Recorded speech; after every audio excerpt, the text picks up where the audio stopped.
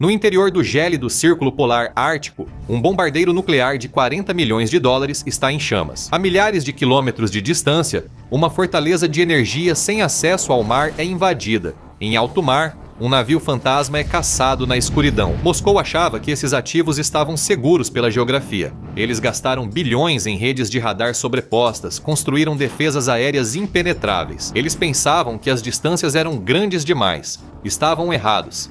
No Mediterrâneo Central, um navio cargueiro de 240 metros corta as águas escuras como breu. Este é o Kendil. Faz parte da Frota Fantasma da Rússia, uma armada secreta criada para transportar petróleo bruto e driblar as sanções globais. A frota custou cerca de 10 bilhões de dólares para ser montada. Agora, ela gera aproximadamente 100 bilhões de dólares em receita para Moscou todos os anos. São navios-tanque antigos, com cascos enferrujados. Muitos deles desligam seus transponders e navegam sem bandeira ou nome pintado na lateral. A Rússia tenta esconder esses navios a todo custo, mas como localizar e atacar um alvo removido de todos os mapas oficiais? Analistas de defesa suspeitam que a Ucrânia usou satélites comerciais ocidentais para atacar o Kendil. Com radar de abertura sintética, SAR, mesmo que um navio desligue as luzes ou o transponder, ainda pode ser detectado por pulsos de micro-ondas. Com o SAR, satélites refletem ondas de radar no oceano e a água dispersa o sinal na escuridão. As paredes de aço verticais de um grande petroleiro funcionam como espelhos para o satélite. O Kendil brilhou como um farol, e isso significava que o navio podia ser rastreado. Em algum lugar na escuridão, uma pequena embarcação civil acompanhava o enorme petroleiro, mantendo-se logo fora do alcance visual. Era uma nave-mãe de drones, e no convés, uma equipe de operadores especializados preparava um hexacóptero elétrico de carga pesada. É um equipamento comercial adaptado que custa menos de 20 mil dólares. Diferente dos drones a gasolina barulhentos, este hexacóptero elétrico usa rotores silenciosos, mesmo com o vento forte do oceano. Esses drones elétricos substituem tanques de combustível por mais poder de fogo, podendo carregar uma ogiva de 9 quilos. É o equivalente tático de um míssil antitanque Javelin de 200 mil dólares, mas por uma fração do custo. O hexacóptero decolou do convés do barco balançando e subiu para o céu. Voar direto ao petroleiro ativaria seu alarme. Então o piloto buscou um ponto cego geométrico. Um petroleiro grande como o Kendil projeta sombra de radar atrás do casco. Drones pequenos podem se ocultar ao se aproximar pela popa em ângulo baixo. De volta à nave-mãe, o piloto do drone via a silhueta cinza do navio crescer a cada segundo na tela granulada. Enquanto se aproximava com o zumbido elétrico e os rotores encobertos pelo vento, o piloto buscava seu alvo. Ele moveu o drone na vertical sobre a popa, desviando do casco e passando pela amurada. O piloto ignorou a ponte de comando e os alojamentos, focando no coletor, o ponto de falha mais preciso do navio, e disparou. A equipe na ponte de comando não viu isso chegar. Não houve barulho de míssil ou caça, só o som súbito e assustador de uma explosão. A ogiva de 9 quilos detonou diretamente no coletor. Sua carga oca concentrou toda a energia em um jato pontiagudo de cobre derretido, capaz de perfurar aço sólido. A explosão causou grandes danos, destruiu equipamentos essenciais e desativou o Kendil imediatamente. A nave sobreviveu ao impacto, mas exigiria grandes reparos antes de retornar à Frota Fantasma. Por hora, era só um peso de papel de 115 mil toneladas peça-chave de uma logística bilionária, neutralizada por um drone de 20 mil dólares, mas o oceano aberto está completamente indefeso. Atacar uma fortaleza isolada por terra, protegida por muro elétrico, requer outro mecanismo. A 3.200 quilômetros a leste, bem no coração da Eurásia, fica o Mar Cáspio. Este é o lago particular de Moscou, totalmente isolado por terra, sem estreitos nem acessos ocultos para submarinos. Enormes plataformas de perfuração offshore, avaliadas em milhões de dólares, pertencem à gigante russa Lukoil. Essas plataformas são essenciais para a economia de guerra do Kremlin, extraindo milhões de toneladas de petróleo, gerando bilhões de dólares por ano e abastecendo as forças armadas russas. Sem acesso naval ao Cáspio, a Ucrânia precisou atacar pelo ar, mas uma grande barreira eletrônica estava em seu caminho. Entre as plataformas e a fronteira ucraniana, havia centenas de quilômetros de espaço aéreo hostil. Há muitas zonas de guerra eletrônica e baterias de mísseis terra-ar S-400 de longo alcance, cada uma custando mais de 500 milhões de dólares. Navegar por esse campo minado até uma plataforma em um mar sem saída exigiria uma estratégia nova. Dentro do próprio território, forças de operações especiais lançaram um enxame coordenado de drones kamikaze de ataque em profundidade. Diferente do hexacóptero elétrico silencioso usado no Mediterrâneo, esses eram aviões de asa fixa. A inteligência de fontes abertas sugere fortemente que eles usam o Liu-Chi, de fabricação nacional, que significa feroz, um nome apropriado. Cada drone custa cerca de 200 mil dólares, tem envergadura de 22 pés e é movido por um motor a gasolina barulhento. Fabricado em fibra de vidro, possui assinatura de radar semelhante à de uma ave grande e, no nariz, esconde uma potente ogiva de alto explosivo de 50 quilos. Ainda restava o problema da barreira eletrônica. A guerra eletrônica russa embaralha sinais de GPS e corta links de controle remoto. Se um drone comum entra nesse espaço aéreo, seu sistema trava, ele perde as coordenadas e cai. Os engenheiros ucranianos contornaram a barreira fazendo o impensável, removeram completamente o GPS. Drones como o Liotte sobrevivem graças ao sistema autônomo de IA chamado visão computacional. Uma câmera no nariz monitora o solo e compara o terreno com um mapa 3D pré-carregado de alta resolução. No seu disco rígido, ele navega reconhecendo o formato exato de estradas, rios e montanhas. Como dispensa link ativo com satélite, não há risco de corte ou perda de conexão. Reconstruções da rota sugerem evitar redes de radar. Esses drones voam rente ao solo, acompanhando o relevo, mergulham em vales de rios e passam a apenas 50 metros acima das copas das árvores congeladas. Voando tão baixo, eles passam abaixo do horizonte do radar das baterias S-400 russas. Após horas atravessando uma das redes de defesa aérea mais fechadas do mundo, os drones chegaram ao Cáspio. No oceano aberto, não existem vales de rios ou árvores para se esconder. Para evitar o último anel de radares costeiros, os drones provavelmente voaram a alguns metros acima da água. Após percorrer milhas rente às ondas, seus alvos surgiram à vista. A plataforma da Lukoil funciona 24 horas por dia, iluminada por grandes refletores industriais, tornando-se facilmente visível para sensores ópticos de drones. Quando o enxame venceu o trecho final, eles romperam a formação. Drones individuais se separaram, designando-se para 3 alvos diferentes: as plataformas Filonovsky, Korchagin e Grapher.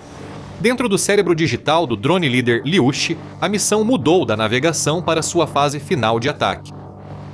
Voando ao nível do mar, um drone de asa fixa não pode bater nos pilares de aço da plataforma. Para causar mais dano, ele deve atingir as máquinas vitais e frágeis no convés superior, conforme os perfis de ataque padrão. A cerca de 3 km, o drone executou uma manobra de subida brusca ao levantar o nariz, seguindo o comando do computador de voo. Ele passou da altura da superestrutura da plataforma, atingiu o topo e logo mergulhou em queda íngreme. As evidências indicam um ataque cirúrgico. A visão computacional analisou a geometria complexa da grande plataforma e focou diretamente nos sistemas vitais da plataforma, turbinas a gás e geradores de energia, alvo adquirido. No convés, a equipe do turno da noite não percebeu a ameaça. O último som que ouviram foi o zumbido repentino de um motor a combustão surgindo da escuridão. Imagens de visão noturna posteriormente divulgadas pelas forças especiais ucranianas mostram o momento exato.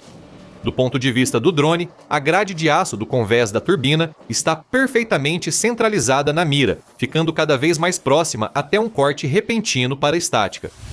Foi um impacto direto e simultâneo nas 3 plataformas. Ao atingir uma plataforma de petróleo com explosivos, espera-se uma bola de fogo e milhões de galões de petróleo derramados no mar. Porém, ao analisarem os mapas de calor do Mar Cáspio no dia seguinte, os analistas de defesa viram que a área estava totalmente limpa, sem assinaturas térmicas ou grandes incêndios de petróleo. Os drones não tinham simplesmente colidido às cegas. Sensores ópticos com guiagem terminal por IA evitaram válvulas de fluxo pressurizadas na cabeça do poço, prevenindo uma erupção descontrolada. As ogivas de fragmentação destruíram as máquinas que bombeavam petróleo sem incendiar os poços, paralisando os maiores campos offshore da Rússia e forçando a interrupção imediata das operações. O prejuízo financeiro foi enorme, paralisando uma instalação bilionária e cortando milhões em receita diária que não podiam mais financiar a guerra. Descobrir a verdade sobre esses ataques é quase tão difícil quanto realizá-los. A grande mídia quase não cobre o campo de batalha, e outros canais se baseiam em boatos ou inventam fatos. Não adivinhamos. Reconstruímos a mecânica da guerra moderna com inteligência de fontes abertas. Se você quer a verdade de verdade e não ficção militar, inscreva-se agora. O ataque ao Mar Cáspio não só prejudicou financeiramente a Rússia, mas também causou danos psicológicos. Na era dos drones baratos e autônomos, a enorme presença física da Federação Russa se tornou uma vulnerabilidade crítica. Não é viável instalar um sistema de defesa aérea de 500 milhões de dólares em cada plataforma de petróleo, refinaria e base aérea ao longo de 11 fusos horários. Parecia que a visão computacional era a arma definitiva contra a defesa geográfica da Rússia, mas não era. Para executar o ataque mais extremo até agora, a Ucrânia não precisava de um drone mais inteligente, mas sim de um mais simples. A 3.000 quilômetros ao norte, nas profundezas geladas do Círculo Polar Ártico, está a Base Aérea de Olenia. Localizada na península de Kola, na Rússia, ela abriga a enorme frota russa de bombardeiros estratégicos Tu-22 e M3. Essas aeronaves supersônicas, capazes de transportar armas nucleares, são avaliadas em cerca de 40 milhões de dólares cada uma e formam a espinha dorsal das capacidades de ataque de longo alcance da Rússia. Durante a guerra, esses bombardeiros partiam desse santuário ártico, voavam para o sul e lançavam mísseis de cruzeiro Kh-20 e 2 contra cidades ucranianas. São mísseis supersônicos de 12 mil libras chamados caça-porta-aviões, criados na Guerra Fria para afundar navios americanos. A Rússia reaproveitou esses mísseis como armas de terror para arrasar prédios de apartamentos a centenas de quilômetros de distância, disparando de bem dentro do espaço aéreo russo sem precisar cruzar a linha de frente. A mais de 1.100 milhas da fronteira ucraniana, o Kremlin presumiu que esses ativos eram matematicamente intocáveis. Para atingi-los, uma arma teria que atravessar os radares bilionários da Rússia e sobreviver ao Ártico, onde o frio extremo é fatal para drones militares comuns. O gelo acumula nas asas de material composto, prejudica a aerodinâmica e faz a aeronave cair. Mesmo no verão do Ártico, pilotar uma aeronave não tripulada por tanto tempo e distância nessas condições seria impossível. Como a Ucrânia conseguiu isso? Embora os métodos de lançamento sejam secretos, especialistas em aviação indicam um provável responsável, não um drone furtivo de vários milhões de dólares, mas sim um aeromodelo. O Aeropract A-20 e 2 Foxbat é uma aeronave esportiva civil ultraleve de 2 lugares, construída na Ucrânia. Você pode comprar uma nova por cerca de 90 mil dólares. Ela é feita de alumínio leve e lona, mal chega a 210 km por hora e foi projetada para voos panorâmicos em tardes de domingo. Engenheiros ucranianos viram nesse brinquedo aeronáutico civil o potencial para uma arma de longo alcance definitiva. Esvaziaram a cabine, retirando assentos e painel para diminuir o peso. No lugar, instalaram tanques de combustível auxiliares feitos sob medida. Isso aumentou seu alcance para quase 3.200 quilômetros. Depois, carregaram a cabine com uma ogiva de fragmentação explosiva. Depois, eles conectaram servos robóticos especializados, basicamente braços mecânicos, diretamente à coluna de direção e aos pedais do avião. Esses usaram uma versão anterior da IA autônoma de visão computacional, depois aplicada no Mar Cáspio, convertendo um avião civil tripulado em míssil de cruzeiro lento, mas imune a bloqueio por interferência.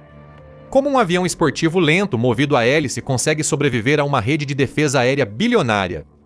Entre analistas de defesa, a teoria principal se resume à falha de radar conhecida como Notch Doppler. Para evitar que as telas de radar fiquem cheias de bandos de pássaros ou tráfego de rodovias, o software automaticamente filtra objetos que se movem abaixo de um determinado limite de velocidade. Voando a 130 km/h, o A-22 caía perfeitamente nesse ponto cego. O software de radar russo filtrava ativamente o avião físico, descartando-o como ruído de fundo. Para os operadores do radar, isso só pareceria um bando de pássaros ou fenômeno climático estranho. E como ele foi originalmente projetado como uma aeronave tripulada para suportar o peso de 2 pessoas em condições climáticas adversas, seu motor superdimensionado gerava calor interno e impulso mecânico suficientes para sobreviver ao ar congelante do Ártico sem congelar. Por quase 20 horas, o cavalo de Troia da Ucrânia voou lentamente pelo céu russo. O avião não tinha proteção da escuridão. No verão ártico, o drone ficou totalmente exposto à luz do sol da meia-noite. Mesmo assim, ao chegar à base aérea de Olenia, os defensores russos foram totalmente surpreendidos. Sistemas de defesa aérea feitos para abater caças supersônicos de alto valor não conseguiam reagir a um avião civil lento, voando baixo sobre as árvores. Lá embaixo, havia uma vasta extensão de concreto, e sobre ela estavam os enormes Tu-20 e 2M3 com mais de 40 metros de comprimento. Eles não cabem em bunkers reforçados padrão, então ficam estacionados ao ar livre, completamente expostos ao céu. Quando o A-20-2 cruzou a cerca do perímetro, sua IA de bordo despertou.